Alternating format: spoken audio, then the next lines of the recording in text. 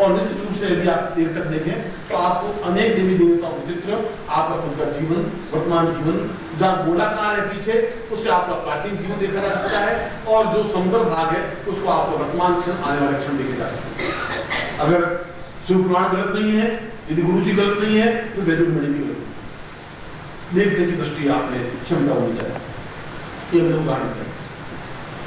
यहाँ पर कौरव पांडवों की मंडली है, ऊपर पहाड़ी पर चढ़ेंगे तो यहाँ पर जब द्रोणाचार्य ने कौरव पांडवों को शिक्षा दी, धनुर्विद्या की, तो धनुर्विद्या की शिक्षा लेने के बाद उन्होंने कहा कि दीक्षा लेने के बाद में देवताओं की स्थापना होनी चाहिए और वैदुर्य शिवलिंग की स्थापना होनी चाहिए। तो वैदुर्य मणि यहाँ बहुत पैदा होगी, यहाँ खाने ये सारा पर्वत वैदुर्य का। कौरवों ने जाकर के पहले मंदिर बनाए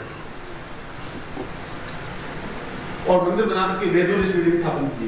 अर्ध शिवलिंग, जैसा कि मैंने बताया है, ये अर्ध मणि की तरह, क्योंकि प्रामाणिक। और यदि ओंकार युक्त बने तो पूर्ण शिवलिंग, ओंकार रहित हो अर्ध शिवलिंग। ये ओंकार का मतलब है ऊपर तंत्रोक्त और मंत्रोक्त दोनों। उन्होंने मंदिर बनाए और मंदिर बना करके उन्होंने पूर्व की तरफ, जैसा कि सारे संसार भारतवर्ष में जितने मंदिर हैं उन सब के मुंह पूर्व की तरफ खुले हैं।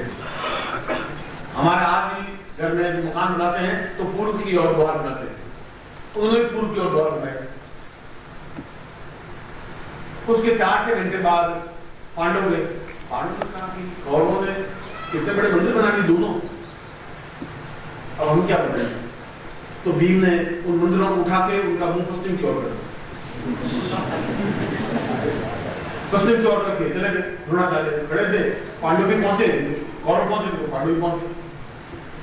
कौरव ने कहा कि गुरुदेव आपने आज्ञा दी, हमने मंदिर बना दिया है और 2 मंदिर बनाए, वैदुर्य मणि युक्त भगवान शिवलिंग की स्थापना की। अच्छा अद्भुत, पांडव का मंदिर तो हमने बनाया, आपने बनाया, कौरव कहते हमने बनाया। और उनका साथ करके देखिए पूर्व की तरफ मुंह द्वारों, हमने मंदिर जानबूझ के पश्चिम की ओर मुंह करके बनाए। द्रोणाचार्य साथ चले तो मंदिर दोनों बने हुए थे, पश्चिम की ओर मुंह बने हुए। आज भी संसार में केवल 2 ही मंदिर ऐसे हैं जहाँ शिवलिंग स्थापित तो हैं मगर पश्चिम की ओर मुंह, उनको आज भी कौरव पांडवों के मंदिर कहे जाते हैं। यदि आपको समय मिले तो अब उनमें वैदुर्य शिवलिंग तो है नहीं, खाली मंदिर पड़े हुए हैं, इसलिए कौरव पांडवों के मंदिर भी कहे जाते हैं। गुफा के कृष्ण, यहाँ पर देवानंदी नृत्य है।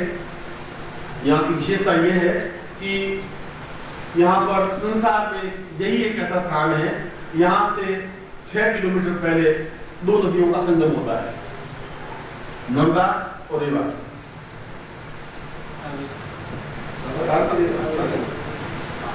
उसको संस्कृत में रेवा कहते हैं, राम नदी कहते हैं, उसका अपभ्रंश रावी बन गया है। और दोनों नदियां मिलती हैं और फिर विशेषता यह है कि आगे जाकर फिर दोनों अलग हो जाती है। यहां दोनों मिली और दोनों मिलकर के फिर अलग हो गई, फिर आगे जाकर वापस मिल गई। बीच का भूखंड ओंकारेश्वर मंदिर कहलाता है। इन दोनों स्थानों के बीच में जितना भूखंड आया वो ओंकार क्षेत्र कहलाता है। इसके इधर भी 2 नदियों का संगम है, इसके इधर भी 2 नदियों का संगम है। इसलिए इस क्षेत्र की और संगम केवल यही होता है और ऐसा संसार में कहीं नहीं हुआ और किसी नदियों में नहीं हुआ कि दोनों नदियां मिले और आगे जाकर के 8-10 किलोमीटर बाद वापस अलग हो जाए फिर वापस मिल जाए। यहाँ पर इसलिए ये खंड, ये भूखंड जो है अपने आप में अद्वितीय और महत्वपूर्ण क्षेत्र कहलाता है।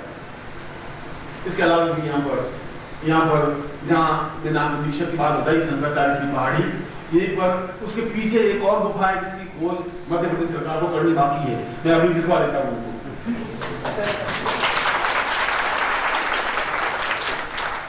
जहाँ पर शंकराचार्य की गुफा है, इसके बिल्कुल पीछे एक तांत्रिक गुफा है, उतनी बड़ी, जहाँ बाणासुर ने बैठ के तांत्रिक साधना संपन्न की। बाणासुर का आपने नाम सुना होगा, जो अपने आप में अत्यंत उच्च कोटि का तांत्रिक और अद्वितीय व्यक्तित्व था। तंत्र अपने आप में गलत नहीं है, मगर दुर्भाग्य इसका ये था कि वो रोज पूजन क्रम करता, रोज रावण आता, उसके सारे बर्तन उल्ट फूट करके चला जाता। 5 साल में तो ऐसा चला। 12 6 महीने साधना करनी है। गुरु ने कहा है कि 6 महीने तांत्रिक क्रिया संपन्न करनी है, और केवल पाताल लोक नहीं हो सकती है, पाताल लोक केवल यहीं पर है, इसी मंदिर के नीचे, क्योंकि इतना भूखंड ही पाताल लोक कहलाएगा।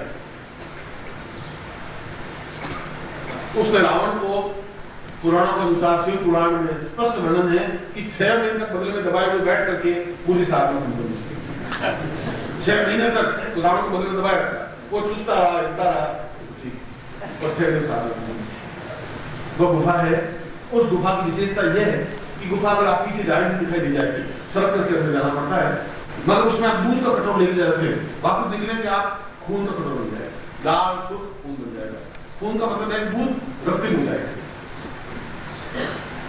तांत्रिक साधनाएं उस स्थान को रखती है, और तंत्र तो अपने आप में उच्च कोटि की साधना है, आप उसको एकदम से डर और भय से नहीं समझ सके, मगर वह तांत्रिक गुफा भी है जहाँ पर जो तांत्रिक उच्च कोटि के गोरखनाथ ने यहाँ से साधना संपन्न की थी, नृसिंहनाथ गोरखनाथ ने दोनों सम्मिलित रूप से गुफा में साधना संपन्न की हुई है। और वो गुफा भी अपने आप में अत्यंत महत्वपूर्ण है, जहाँ गोरखनाथ जैसा योगी और नृसिंहनाथ जैसा योगी दोनों साथ बैठ करके साधना संपन्न करे, उसके मुकाबले की गुफा हो ही नहीं सकती। उस गुफा को भी अगर आप करीब 8-9 फीट बिल्कुल सड़क करके अंदर जा रहे हैं, मगर थोड़ा ध्यान से जाएं, क्योंकि अंदर अंधेरा, कार्बन डाइऑक्साइड ज्यादा हो सकती है, ऑक्सीजन की कमी हो सकती है, क्योंकि मुंह छोटा सा है, मगर आपकी हिम्मत हो, देखने की क्षमता हो, देखें, पास देखें तो सही। और उसमें सारे बाहर जो है उन पत्थरों पर विविध आकार की दक्षिणा शैली के अंदर अक्षर लिखे हुए हैं, मतलब लिखे हुए हैं गोरखनाथ के समय। वो मानस गुफा है जो मानस ने बनाई थी, ये गुफा है। इसके अलावा भी यहाँ पर ऐसे सैकड़ों स्थान हैं, जिनमें से मैं आपको उनमें से कई स्थानों को 3 दिनों में दिखाऊंगा।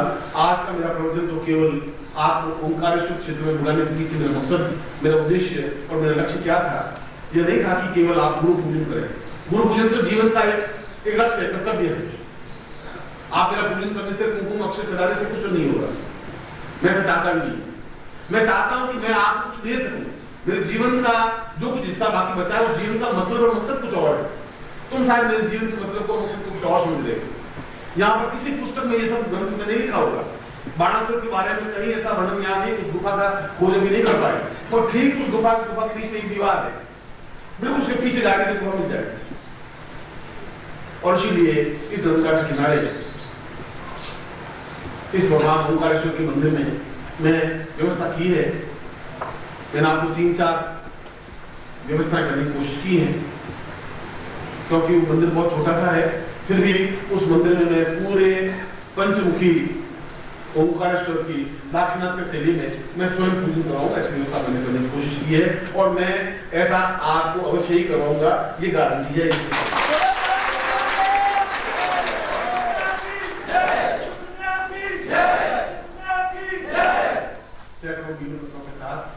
भगवान शिव के पूजन के साथ, नंदेश्वर के साथ और नंदा को लेते हुए और नंदाष्टक पाठ का करते हुए, और जो दक्षिण में जिस प्रकार से मंत्र उच्चारण किए हैं, और जिस उच्चारण के बाद शंकराचार्य ने स्वयं उस नंदेश्वर की पूजन किया था, पंचमुखी ओंकारेश्वर का पूजन किया था, उसी ढंग से मैं आपको पूजन संपन्न कराऊंगा।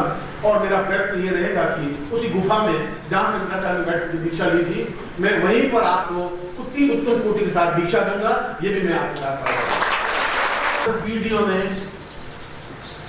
ये दोनों कार्य नहीं कर सके, और तुम्हारे अगली 10 पीढ़ियां ये कार्य नहीं कर सकेंगी। ये दोनों बातें स्पष्ट आएगी तो सही, तुम्हारे 10 पीढ़ियां भी आई होंगी, तुम्हारे पिताजी आए होंगे, दादाजी आए होंगे, देखते चले गए, हम तो यही मालूम नहीं कि शिवलिंग का आकार कैसा है। तुम आज चले जाओ, दिखेगा नहीं, उसके ऊपर इतने भीड़ पत्थर, इतना सब कुछ चढ़ा हुआ है कि अंदर सुख दिखाई देगा ही नहीं। केदारनाथ को तुमने देखा नहीं, क्योंकि अंदर जाने देते नहीं, अंदर जाए तो इतना सा पत्थर बाहर निकला हुआ है, मगर अंदर पत्थर निकला हुआ तो आप अब की जाए केदारनाथ, एक काम करें, उस पत्थर में आप उंगली डालें, उसी की उंगली अंदर चली जाएगी। कितना घी लगा हुआ है उसके ऊपर, वहां प्रमाण है कि शिवलिंग के ऊपर घी मतना चाहिए। घी लगा करके घी कितनी बढ़ आ रही है, आज लगा जाए अंदर शिवलिंग कहीं है पता नहीं पड़ेगा, कितना घी लगा हुआ पड़ने में लगा दिया। अरे मूल शिवलिंग के दर्शन तो करने दो, केदारनाथ आए इतना खर्चा करके, आप जाते हैं तो घी के दर्शन करके आ जाते हैं, शिवलिंग के दर्शन।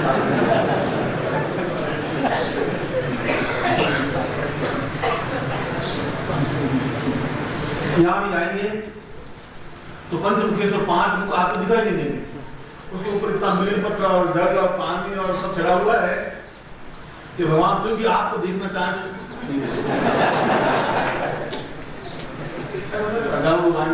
फिर भी मैं पूर्ण रूप से उनको शुद्धता के साथ में अपन स्नान करा करके बेलपत्र चढ़ाएंगे। और पहले दीक्षा कम होगा हमारा, एक दिन दीक्षा कम होगा, दूसरे दिन हमारा पूजन कम होगा। और पूर्ण तांत्रिक विधि से भी हम नारी को समर्पित करते हुए नंदाष्टक का पाठ करते हुए जो मैंने बताया था इस बेनिफिट में ये विधि दी है कि जो भी साधक इसमें भाग लेना चाहेंगे उनकी भीड़ पर व्यवस्था करनी पड़ेगी। उन पंडितों से मैंने पूछा था तो पंडितों ने बड़े ऊंचे रेट बताते हैं पूजन करके, अब उनकी जो भी है वो होंगे उसकी मैं खुद दूंगा, उसके लिए आप कुछ देने की जरूरत नहीं, उसके लिए आप पूजन नहीं कर, ऐसा नहीं करें। वीर पत्र व्यवस्था मैं अपने आप करूंगा, पूजा सामग्री व्यवस्था भी मैं अपने आप करूंगा। मैं चाहता हूँ आप पूजन में भाग लें, मैं चाहता हूँ कि जीवन का एक पुण्योदय कर सके, मैं चाहता हूँ कि आपके जीवन की अग्नियां स्थापन हो सके, और मैं चाहता हूँ कि आप सही अर्थों में देवता बन सके, दानों पर विजय प्राप्त कर सके और सही अर्थों में शिष्य बन सके, ऐसी मेरी इच्छा है।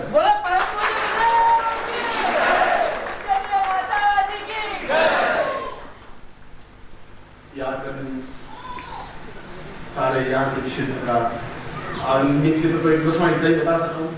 इसके अलावा भी बहुत से स्थान बाकी हैं जिनको तुम्हें अभी समझना और देखना बाकी है। नंदेश्वर के नंदा किनारे तो अमरकंटक स्थान है, यदि आप नंदा को अपने आप में विविधता आ गया है, कुमारी आ गया है, यह कुमारी नदी है और विपरीत रास्ते पर चलने वाली क्रिया है। दोनों नदियों के संगम के तट पर बसा हुआ ओंकार क्षेत्र है और तांत्रों की मानकों दोनों क्रियाओं के साथ ही पूजन क्रम का विधान में सारे क्रम करोड़ वर्षों का दिन आपकी अत्यंत महत्वपूर्ण होंगे। इस नदी में जब आप घुसे अगर मान लो घूम चले जाए तो नदी की घाट बहुत चिकने हैं, तो आप पाँव रखते किसी के अंदर घुस जाएगी, ऐसा हो जाएगा। तो आप थोड़ा सा बहुत ध्यान अभी जाना भी चाहें तो आप बहुत ध्यान से रखें नदी में घुसे नहीं, क्योंकि आप कितनी तैराक हो, नदी का पानी बहुत बढ़ गया है, इसलिए बहुत बुद्धिमानी से आप जाए। मुंबई से दर्शन करना चाहें या दर्शन करना चाहें, मगर दर्शन करें तो उसमें सही रूप में दर्शन हो तो दर्शन होंगे, इसलिए उनका पूजन मैं कराऊंगा, मुंडेश्वर भी दर्शन कराऊंगा आपको, माँ भान लेकर वहां भी जाऊंगा, ये सारी क्रिया होगी क्योंकि ये सारा प्रैक्टिकल होगा। जहाँ भी वैद्युर्मणि मगर आपके साथ में वैद्युर्मणि शिवलिंग हो, उसका पूजन कर सके, तो ओंकार स्वरूप अपने घर में स्थापन कर सके, आप स्थापन कर सकेंगे, आने वाली पीढ़ियां उनका पूजन करके अपने जीवन को समझ सकेंगे, वे नहीं समझ सकेंगी। मगर जब आप वैद्युर्मणि को स्थापन कर लेंगे घर में, जब आप घर में वैद्युर्मणि शिवलिंग को स्थापन कर लेंगे तो जीवन का एक अद्वितीय अद्भुत कार्य होगा, आने वाली पीढ़ियां एहसास कर सकेंगी। जो आज से 2000 साल पहले और 1000 साल पहले पूरे पहाड़ थे वैद्युर्मणि के, आज दिखाई नहीं दे रहे, एक टुकड़ा भी दिखाई दे रहा है और टुकड़े हीरो से ज्यादा कीमती बनने लगे हैं। तो आने वाले 25 साल बाद 20 साल बाद तो वैद्युर्मणि का नाम ही सुन पाएंगे। तो पूजन करो, आपको इसमें से किसी को कुछ बात पूछनी हो तो मैं आपको 2-4 मिनट देता हूँ, आप पूछ सकते हैं विनम्रता से और सभ्यता से।